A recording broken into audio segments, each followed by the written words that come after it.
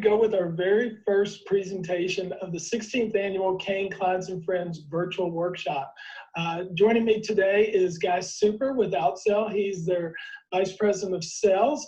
And we also have Shaun Kniffin. Most of y'all know him as Kniff, and he works with the Germain Motor Company, and he is the Director of Marketing and also Technology. And today we're going to talk about leveraging your brand in your dealership and working out a way to where you bring your guests back around for greater increases in loyalty. And so, Guy, this is going to be more of a conversation to start with, and I think it's kind of a, if you're a DJ in a conversation, you really want to kind of start your conversation, and this is the first of the presentation. So this is a great way to ramp up. We get to talk about something near and dear to all of us, which is our brand. And certainly you all have done some really important things with the Germain Motor Company. So I'll hand it over to you, and I'll participate as you need.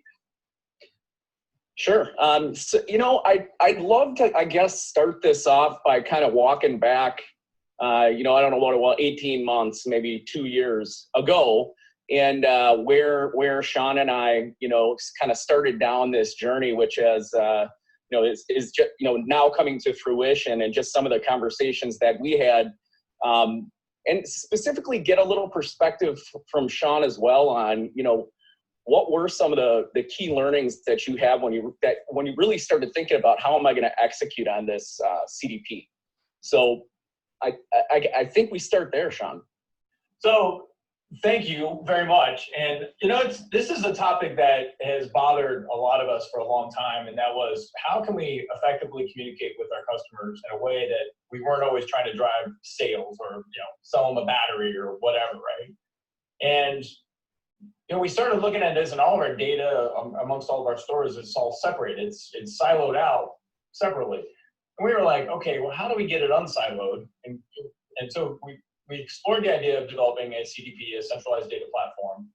We started talking to companies, and then you and I were just having a conversation, and you said, you know, Niff, I think we can do that for you. And I'm like, really? Because I really didn't want to work with this other company because they were in England. I'm like, oh, that's going to be really hard and frustrating. And that was pre-COVID, so imagine if we had, you know, not. But the whole idea, we started talking, and we call them the Interstate 71 conversations, because I'd be coming back from Dayton, Ohio, and we'd be on the phone for an hour and a half, and we were just talking about this thing. And next thing you know, it started to get legs. 6 months later, we were realizing, like, this really, it can't be possible. Because John and I, our COO, Melshenko and I talk, we've worked together for 15 years, and we really know how each other thinks. And we've been talking about this for a while, but now all of a sudden we had a way to sort of get it unsiloed and get it usable. And I remember the first data set, I gave you access to our data.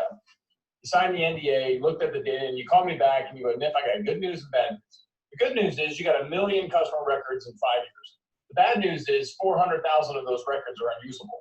I'm like, there's the problem. So that's how it kind of started. And it was huge, right? Though, I mean, it all starts with the data. You know, go look at your data and fix it, because that's a common problem. I see that all over the country. That's not just a Germain issue, right? That's a yeah, it's an industry. So it's interesting, if I could pipe in just a moment. So we call it data, but you all both know, because it's in your all's nature, is this data is your guest. This is your customer that has bought vehicles from you, has been coming to your service department. And when you sit here, and it depends on whether you're an optimist or pessimist, and you can say, wow, 1 million records and 600,000 of them are good. So, you know, the glass is more than half full, but we all tend to look at the deficiencies, and we sit here and go, oh my God, 400,000 people. Let's start calling, and it's an impractical task, obviously. So I am just curious about, when you describe the data set, what makes the data usable, and how do you refresh that on an ongoing basis? Because that's quite a deterioration over 5 years. It really when we wanted to go back and look at it, the first question we asked ourselves is, how do we do a better job of monetizing this data? You know, so let's get it all out of the silos. Let's clean it up. But now how do we effectively use it And one of the things Shaun, told me was, hey, I'm not doing CRM blasts anymore. I need to have a broader approach across multiple different segments that represent our brand, Germain, but also our individual rooftops. And we have to have some relatively complex business rules in order to drive that, so that we're providing a really good experience for the consumer. When you think about, I use this a lot when Shaun and I were talking when we first got started. If we have a customer who purchases a used off-brand, for instance, like a Honda from a Toyota store, in 90+% of the vendor marketing programs that are out there, they're going to get Toyota-based communications, even though they're driving a Honda. And that includes possibly even service reminders to a store that can't even work on their car. So now when we look at a big group that has all these different options and all these different brands, how do we do a much smarter job of getting that consumer communication from the Toyota store, but that has Honda content in it, and driving them back to the store that's 2 miles down the road that happens to be Germain Honda to get their Accord fixed. So. Wow, that's quite an impressive undertaking. And I think that's always been the issue, is if you're a group and you've got that level of brand complexity, how do you sustain the Germain brand as it is, and then make sure that the guest feels as though it's important. I remember one time working with a Ford store in Lancaster, Pennsylvania, and they said that the Toyota brand that was sharing the same service facility, they were a dual branded dealer. The guests, we used to commonly have conversations about the fact that I never would have bought my Toyota here if I knew I was going to have to come to the Ford lounge for service. And of course, I don't know what they had against the Ford guest, but I did find it pretty revealing that some guests feel that way. And what you guys are talking about is on a much larger scale and a different level of complexity. So I'd just be curious, is how did you govern that, and what was your thinking? Because, if I'm Richie at one of your Toyota stores and maybe I'm the manager at the Honda store, do I really want that cross-pollination in favor of the Germain brand? Or do I want to just take care of my service department? Yeah, absolutely. That's a great question. And it was one that we'd actually taken into consideration when we started building this. But we knew that there was some reciprocity when it came to this. We knew that with the amount of used car sales that we're currently experiencing, and ever since 2008, 2009, used cars has become that increasingly important. Obviously, we saw that during COVID. But imagine this, if you will, is that, to Guy's point, my Toyota customers who bought a car at a Honda store are not getting Toyota communications. So that one simple example represents a massive amount of business. So as Steve Germain continues to bring on new brands, imagine all of those customers that we can now service or communicate to them in a sales experience because we have that brand in one of our stores in one of our markets. So the idea is, leave no customer behind. Well, let's get them the appropriate communication, because a person driving Toyotas wants Toyota communications. And that one simple premise sort of began to expand. It got legs on this thing. And next thing you know, we're like, this is going to be really possible. But you got to get the data siloed into one, so you can say, here are all of our Toyota customers from all of our stores, regionalize it. So now we're marketing it based on what the customer's driving, not on where they bought the car. Wow, great idea. So Guy, how did y'all come to that conclusion? It was talking to smart people like Kniffin, that identified some of these problems, and we went out, and grabbed a good subset of dealers that we knew were forward thinking and would be willing to go through some working sessions with us so that we could figure out, hey, what are those really critical business rules, like I was talking about before, that we have to be able to handle from a centralized communication structure to get the correct stuff out to these people and have it make sense and have the experience be elevated, much, much, much higher for that consumer, so that we can keep them inside of like the Germain brand, right? So that's really where it all started. Yeah, so it's interesting. I just did some research recently in helping a client that was going through his thinking for customers and equity. And the research lended itself to this statistic. It said, if you're trying to resell someone who's bought from you before, the close rate is typically 60 to 75%. Compare that to what we call stranger marketing, where you're out there and trying to compete with everyone else on the endemic websites that we do each and every day. The conversion rate is suspect, and then the close rate, when we are able to bring them in as a lead, is 5 to 20%. And 20%, everybody'd be like cheering wildly, but typically it's more in the 10 to 12% range. So I guess, and if that was one of your catalysts is, hey, why are we going out there trying to market to strangers? We've got these million people, why don't we bring them back again? Yeah, it's a great point, because we know that, right? They already know who we are. I'm fortunate enough to work for an organization that has a great brand reputation. We've been recognized in our market for 10 straight years as being the best place to do business on a new car side. So we have that going for us, and we've been able to spread that now into additional markets. But to your point, I mean, if they already know us and if they're already comfortable with us, isn't that the way we all like to do business? You know, when we need jewelry, we call the guy that we bought the ring from before. We need our watch, whatever. So it's the same concept. It's like, but we have customers who call us all the time and say, hey, I need to get a BMW. Can you ship it up here from us? Or can you get a Porsche down here from Ann Arbor? And we're like, absolutely. It's no different than what Carvana is doing right now, right? We're just going to make that our own Germain experience. And that's what's exciting about this, is just being able to give our customers more insight into what we're doing, but using AI to blend that in and say, well, what are their behaviors? What are they doing? And trust me when I tell you this, just in the initial first couple of weeks of communicating with our customers, the engagement has blown away everything that we thought was possible with this thing. We're looking at this going, oh my gosh, there's an appetite for this type of content. So we're pretty excited about that, to say the least. So I'm glad you brought up the term AI, because we are going to have a CRM speaker talk about artificial intelligence, friend or foe. And so Mike Wellington with Outsell and Valerie Valancourt and Guy and I've had conversations over the years of, when you're out there and you're communicating, what's the best approach, and how does artificial intelligence play into that? So Guy, could you pull back the curtain just a little bit and talk about some of your all's theories and how you convert theory into reality with your artificial intelligence?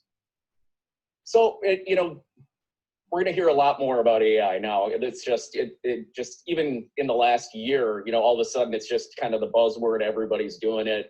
But there's a massive variance across the board of who's using some predictive models, who has machine learning.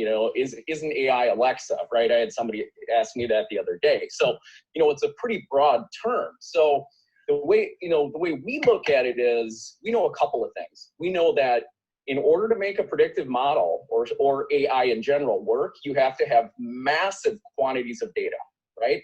That's what makes those things smart. So if we want to know what somebody's propensity to purchase is, for instance, and we want it to be relatively accurate, we have to consume 25 to 30 million, consumer transactions across, all these different subsets of the business, and use that to power those models. So a lot of data, that's important. Two is, omni-channel. So how do we make sure we're not overspending on direct mail, which so many people do? And how do we get people on a social channel, or possibly through email, which is free, and cut our budgets back, right? Everybody's had to make some clips, here or there, whether it's with your employees, whether it's with your overall marketing spend. And those are the things that a really robust marketing automation platform can really, really help you with, as well as drive that consumer experience up, which makes them come back. And like you were talking about, those customers are worth a lot more money to the store. So it's kind of a combination of all those things. That makes sense. So Niff, let's break it down to your coworkers here that are watching this broadcast. Let's translate all that AI and that science and all of the big data stuff into the practical. what does this mean to you guys, and what was the outcome? How are you holding Outsell accountable to deliver on what you're looking for? And I assume, as is always the case with Germain, is it's a true partnership, and you all give as much as you receive. And I'd just be curious if you could translate it for those listening. What was the outcome, and what do you feel like the future steps are? Well, there's a couple good nuggets in there, and we are very proud of our partnerships. And David, you are certainly one of those guys, if you will, in the industry that we've had a long-standing relationship with, that has gone from being just a vendor to what we call partners. And Guy's one of those guys. He was at our second 20M2 Digital Marketing 20 Group meeting. Remember that, in Texas? And I've known Guy since he was at Autobase, and we've had some really good conversations over the years. But we get so much done with Mike Wethington and his team and forming this partnership.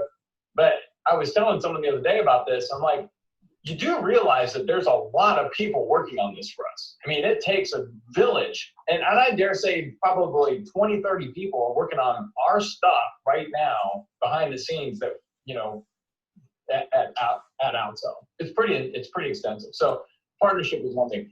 The data is interesting because AI is, to Guy's point, everyone's talking about, right? So you got AI on the front end with companies like Conversica, right?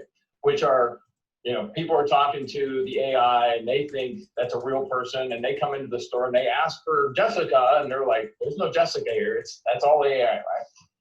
We're on the other end of this thing and saying, how are we looking at the data relative to how consumer behavior is? And we've talked about this in our digital marketing conversations a lot over the years, is that our job as marketers is to figure out consumer behavior so that we can serve what the market really wants, not what we think they need. And that's what's been fascinating about this, is when we look into our data sets, we're seeing consumer behavior that we're like, that makes sense as to why they're doing it. So now we have to serve up the right messaging because we know what they're doing now. And long-term engagement, we're seeing customers who are engaging every single month, and then all of a sudden, boom, they're gonna pop over and buy a car because we're serving up the right content. So it's pretty exciting. Yeah, and Guy, I think one of the things that you encouraged me to resist the temptation on being a processing and closing type thinker is, cool it, dude. Let's let this lead mature, and let's not go chase them too early because we'll scare them out of the nest. Let's talk a little bit about the timing of the conditioning with the guests.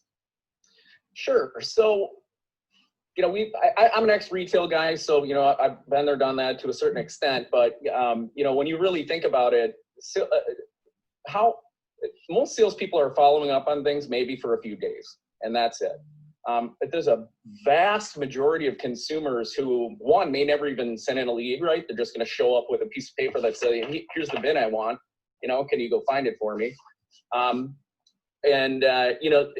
But there's that kind of 90 to 120 day window where, people have it, they start warming back up. And that's one of the things that we're really able to do because we monitor all their click behavior and, utilizing those models. So we know when people are slowly kind of warming up and coming down the funnel. And, there's a couple different strategies there too. If somebody's really high funnel, we use just standard content when we're sending to them. And then as they warm up, we'll start splicing in like bin specific BDP links to cars that we might even know that they looked at. So it is definitely a longer term strategy. When you jump off the deep end and you want to create this, CDP, you got to have a multi-year outlook. This is not flip a switch and all of a sudden I got 50 more leads this month. Not how it works, right? Yeah, and so Niff, you come from such an interesting background. You've done recruiting of people.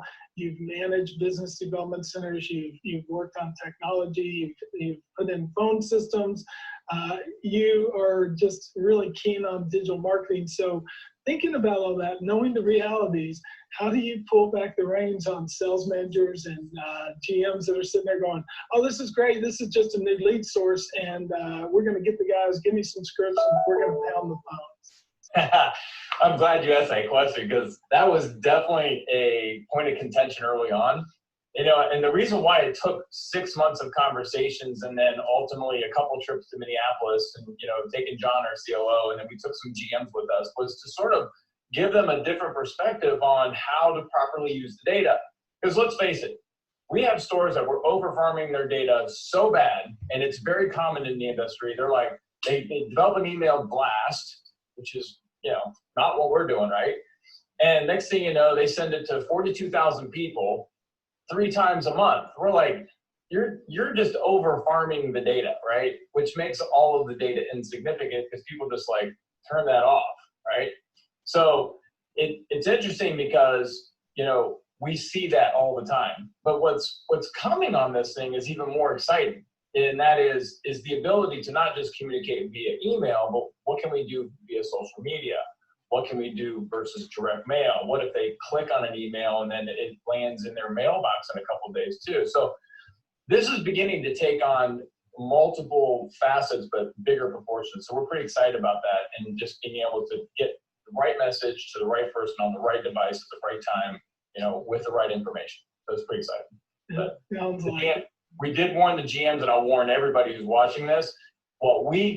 How we went into this. And Guy, you were there when we had like all the GMs in one room, and in 27 minutes we were done. This literally took 27 minutes, and they were all going like this. Makes sense. Okay. And we said, look, don't try to measure this on our ROI, because to Guy's point earlier, is like, this is a multi-year strategy. This is long-term, because the moment you start measuring it on an ROI basis, I mean, you've lost them, right? So we're not looking at it as a lead source. It's more of a communication strategy that engages the customer long term. I love that. So, Guy, bring us home on this. You obviously aren't doing this out of the goodness of your heart. You didn't reach into a basket and say, oh, Germain, that's the one we're going to work with. How do other dealers get involved in this? And now that you all have developed what you feel like is a good platform, how do other dealers participate? Yeah, so, you know, we call me for a demo. No. You know, Shaun, I'd like to hear, what were some of the things that you know, that were critical for you when you went out and you know, tried to evaluate some vendors? I think that would be interesting for the group to hear. Yeah, and that's a good question, because I think you guys have the DNA, like you understand automotive, and there's companies that do CDPs, but they're not automotive. So I think you have to sort of have that DNA. We had to have a relationship. It was great that, you know, Mike Wethington and John Melashenko formed a really good tight bond, because, you know, at the executive level, they're communicating and they're working together on ideas. And then there's all of us. So we're working collaboratively with you. But the chemistry felt right from day one, right? And that's what was important. But you took the time to listen. You took the time to evaluate. We knew if we did a needs analysis, we already knew what that was. But we were very aware that our communication strategies across the group were fragmented. They weren't consistent. There was bad grammar. There was like, they were over farming the data. And we just needed to sort of bring all that in and help the stores in a way that says, look, we're gonna work with a company that understands us, that's gonna partner with us. And then, as you said so well, every store was different, right? Every general manager that works with the team, and I sit in on the review calls, all of them, just listening. And I was commenting to one of the stores today, I said, thank you for engaging with Outsell like you do. Like, I've never seen GM involvement be so good, so high, at such a great level of interest. They're actually taking it and working with your team, and it's working for them. And that's what's exciting for them. For me, is to watch the GMs work with your guys' team in such a way that's unique to their store and their operation and how they think. So it's a good partnership. Oh, cool. Well, gentlemen, I can see the hands going up, people leaning forward. We're going to provide guys contact information, obviously, so that y'all can reach out and learn more. Kniff certainly would be available to answer any questions as well. So we're going to go back to the live Q&A and we'll enter the session. But I want to thank you, gentlemen, very much for your time. You bet. Thanks for having us. Thank you. Just kick off, I had a couple of questions that were texted to me over that is, one of them came from someone that you all both know. He says, oh my God, how much is this? And, that's the first question you get from a dealer is, what's it cost? So Kniff, I'd rather you, handle that diplomatically. Because I know it's not cheap and we don't want to freak anybody out, but could you share a little bit of just kind of your theory and your thought process? Did you borrow funds from other projects? What were you thinking about? Yeah, good question. Obviously, probably one of the most important ones. There's two different expenses here. One is that in our decentralized group, the stores had to make their own decisions as to whether or not they wanted this store level communication and interaction with Outsell. That's a separate platform. And what I'll say about the pricing is we made the pricing proposals with Outsell so lucrative that it was really difficult for them to say no to it. Like, it just made that much sense. And I would say this probably, and Guy, you're not paying me to say this, but I think the stores would probably pay twice as much as they're paying just based on the value that's come out the other end of that. It's really that good. On the centralized data platform from the corporate, we have a separate fee that we pay them to manage that for our entire group that we do not pass on to the stores. So the stores have their own fees, the corporation has their fee, and the two are separated. Okay, good. So let's talk about this database and, million records in the file, 400,000. So guys, is the 400,000 a wash? I mean, is that, because as I've looked and I've read the name and address directory every year, I think 40,000 records change and kind of diminish over time. Let's talk about that and how you all, kind of make sure that that data stays enriched. Right. So we take a slightly different approach here. We aren't huge believers in necessarily spending a lot of time buying third-party data. It's kind of like specifically when you're looking at email, it's kind of like toxic waste, and it's getting worse and worse every year. So what we really focus on is let's help the stores have better processes for getting a better collection of first-party data. That is the most important thing you can do. And let's focus on enriching and, looking at disposition data, VIN-specific disposition data on first-party data, and getting that stuff really, really cleaned up, using some companies like, well, I won't mention their name. Actually, I shouldn't do that. But making sure that we don't, we're not hitting honeypots and all those different things that can affect deliverability, because that's our most important. The most important thing that we can do is we want to make sure you have 96+% deliverability, and we're getting to inboxes, and we're getting inside of Gmail, which is really difficult. Everyone knows that. So all those things kind of combine together, along with a broader strategy of helping you, settle your budgets with Facebook ads and with direct mail, and not overspending on direct mail, because everybody does it, and it's rampant. Hopefully that answers your question. It does, yeah. And Kniff, a good question that I just had texted to me was, are these different leads?